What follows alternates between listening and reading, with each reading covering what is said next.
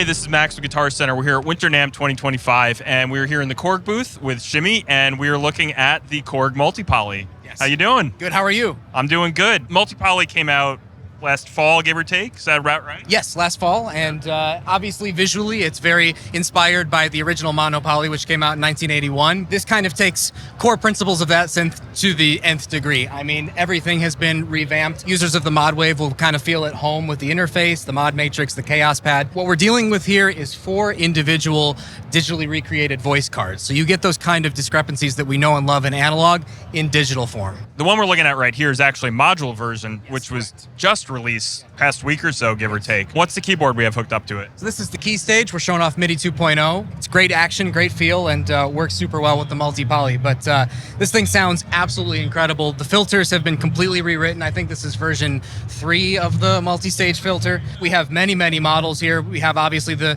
mono-poly sound, the MS-20 low pass, high pass, Mini, kind of our version of the SEM. There's even more if you go into more here. So really, I mean, the tonal possibilities are endless. Stereo filters as well, which is very, very cool. You've got 5 LFOs, 4 envelopes. It's just an incredible synth. Yeah. So as you were saying, if you've used the modwave, if you've used wave state, this is going to look familiar. Absolutely. But so what will this uniquely offer that you're not going to get from the other synths in this family? I think people who come from an analog background will feel right at home. I know I did. Every synth in my studio, aside from this one, is basically analog. We're not really going for, it's not exactly a reissue, but at the same time, I think people that like analog sounds, but maybe want to do a little bit more on the modulation side, are going to really find themselves right at home here. Let's dig into the synth engine a little further. What are kind of the unique programming qualities that you go to every time you get in front of this? So I really like the blend of East Coast and West Coast synthesizer. Each oscillator has 3 modes: classic, digital, and waveshaper. Classic is kind of what you'd expect when you're going with your analog wave shape, your saw, your pulse, your square.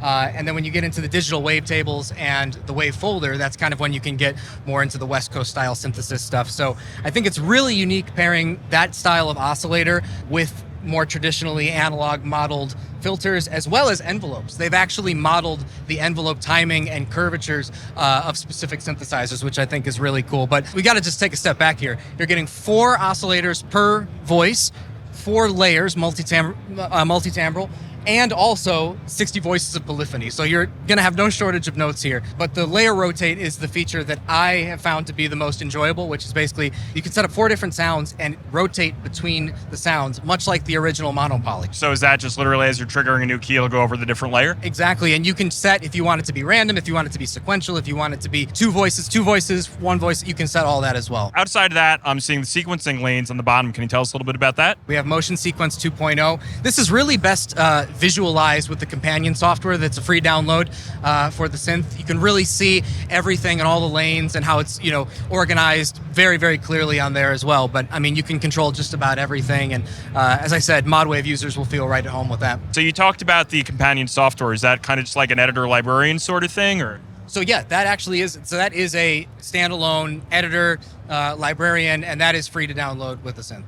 And then separate from that, if you're a software version, there's also a native version that you could use as a plugin, yeah? Exactly. So that's just basically the plugin version of this synth. Everything sounds exactly the same.